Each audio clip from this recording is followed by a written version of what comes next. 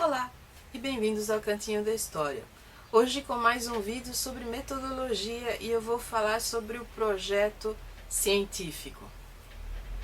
Existe um momento na vida de todo estudante em que se opta entre o magistério e a pesquisa.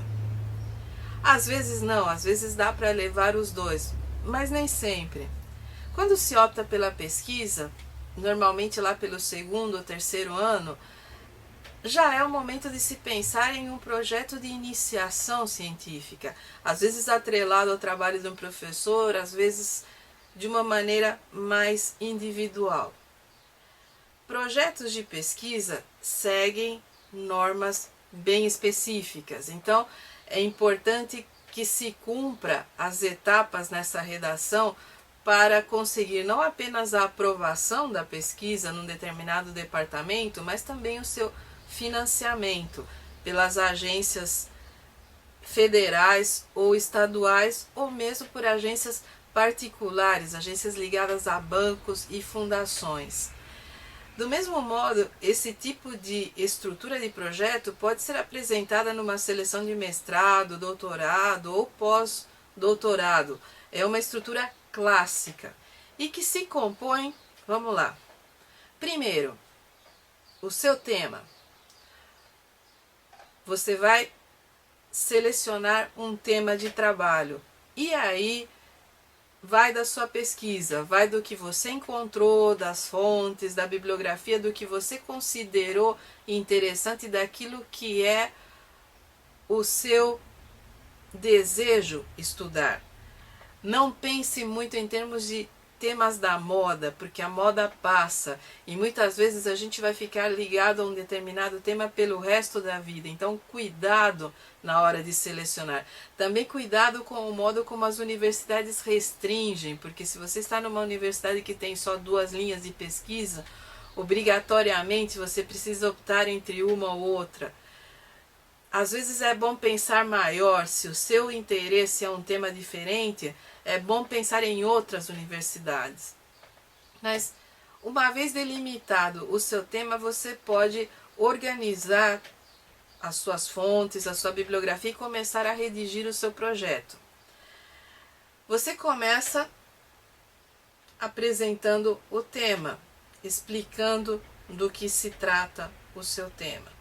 E é simples, muitas vezes bastam 2 ou 3 parágrafos, às vezes basta um, para delimitar o que é o seu tema, qual o período histórico que você pretende estudar. É muito mais uma explanação do título do seu projeto do que propriamente um desenvolvimento, porque o desenvolvimento você vai fazer ao longo da redação. A segunda etapa é você estabelecer um objetivo, que é simples. O que eu pretendo estudando esse tema? Quer dizer, aonde eu quero chegar?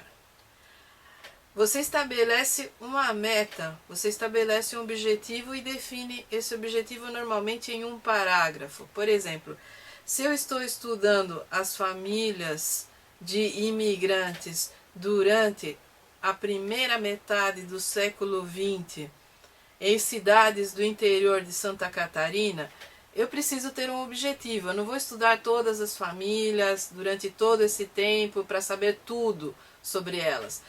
Então você estabelece qual é o seu grau de interesse nessas famílias e o que você pretende encontrar nessa pesquisa.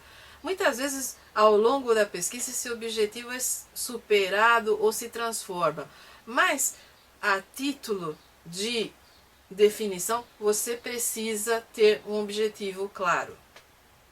Apresentou o tema, definiu o objetivo, você passa à discussão bibliográfica, que é uma discussão que vai passar por teoria e por historiografia. Normalmente, dependendo do tema, existem muitos títulos disponíveis e um projeto de pesquisa vem normalmente com exigências das agências financiadoras e dos departamentos de pesquisa que tenham um número X de páginas, ou 20, 25, ou muitas vezes 18 páginas, o que é um absurdo de mínimo.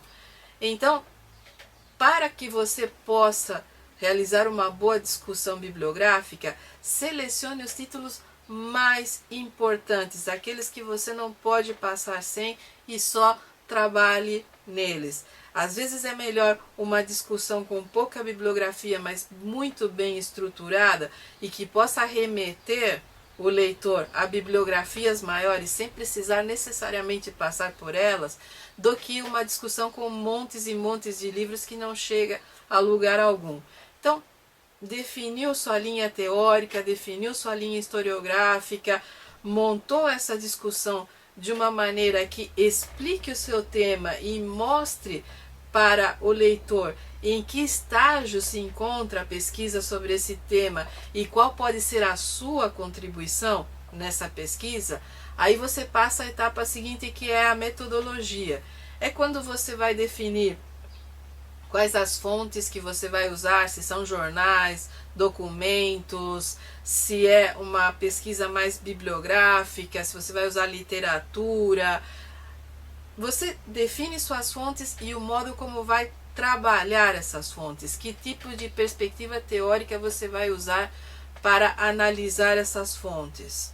Quais são os recursos metodológicos que você tem, se você vai fazer um trabalho mais braçal, digamos assim, de reunião de fontes, de transcrição de coisas que se encontram desconhecidas, ou se você vai usar fontes que já foram compiladas por outras pessoas, mas você vai dar um novo rumo a essas fontes.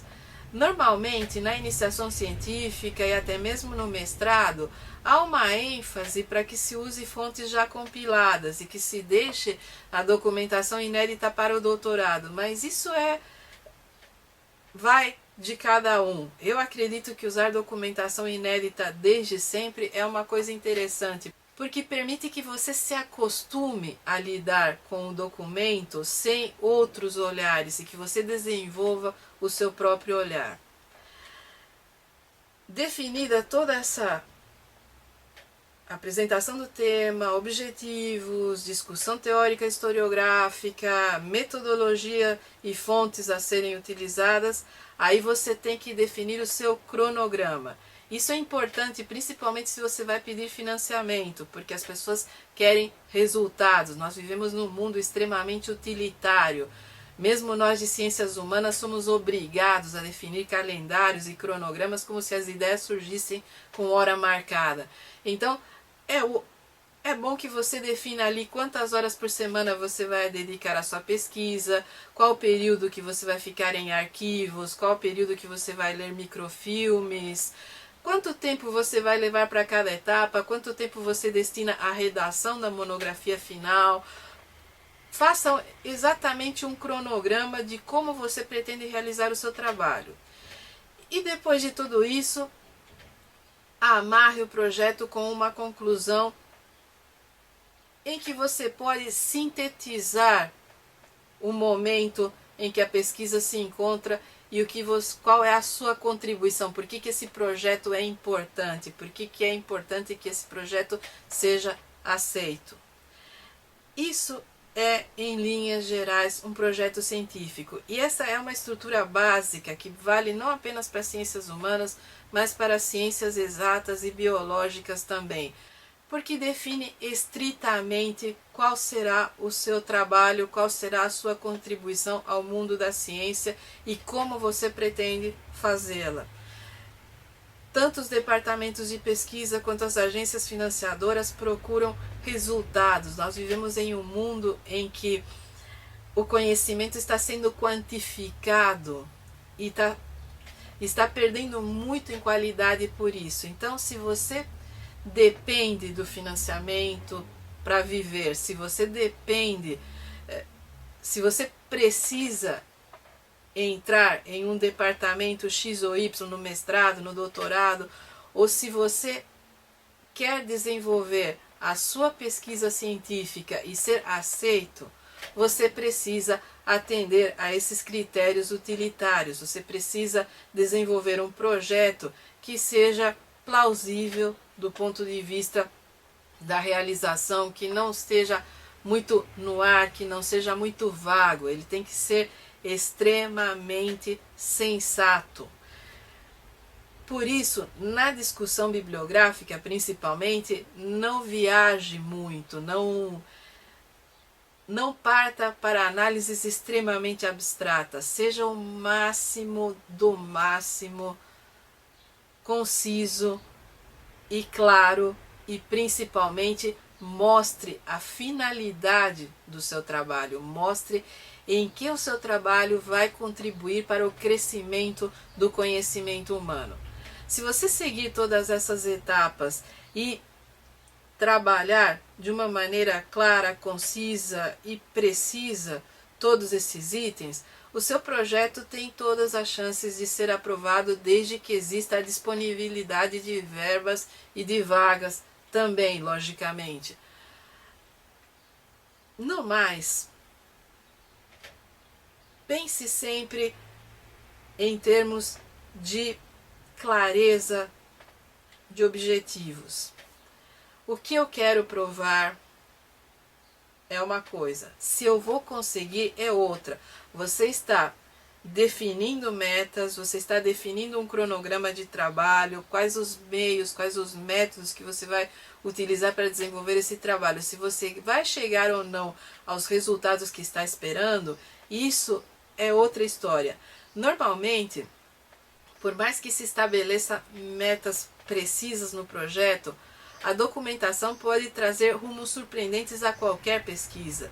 Eu diria que em torno de 60% a 70% das pesquisas na área de humanas sofrem uma ou outra modificação na hora em que o historiador, ou o filósofo, ou o cientista social se depara com a fonte em bruto. A fonte tem essa característica viva de transformar as nossas ideias e de abrir novos rumos nas pesquisas, e é isso que é fascinante. Então, se você já está na elaboração de um projeto, se já tem tudo isso definido e de repente você foi para a fonte e percebeu que está te levando para um rumo diferente, não se assuste. Isso é normal, é natural, e o seu trabalho só tem a crescer se você se permitir ser levado para esses rumos que a documentação aponta. De qualquer maneira, quando você procurar as agências financiadoras, a maior parte vai te passar já um roteiro com o que exige num projeto. O que eu estou definindo aqui é o projeto em si, na sua forma mais minimalista. Diferentes agências financiadoras ou diferentes departamentos de pesquisa acrescentam a esse corpo mínimo necessário outras expectativas. Por isso, sempre se informe muito bem antes de enviar um projeto. Veja o que cada departamento cobra. Fique a par dessa parte burocrática, porque muitas vezes, por melhor que seja a nossa ideia, por mais interessante que seja o nosso projeto, a burocracia não é apenas um entrave. A burocracia é o ponto em que a gente pode simplesmente continuar à frente ou afundar de vez. Muito cuidado com prazos, normas e critérios, tanto dos departamentos de pesquisa quanto das agências financiadoras. Em resumo, é isso. Boa sorte para quem está realizando projetos, boa sorte para quem já conseguiu emplacar os seus, e vamos continuar estudando história. Qualquer outra dificuldade metodológica ou dúvida, pode mandar que eu respondo.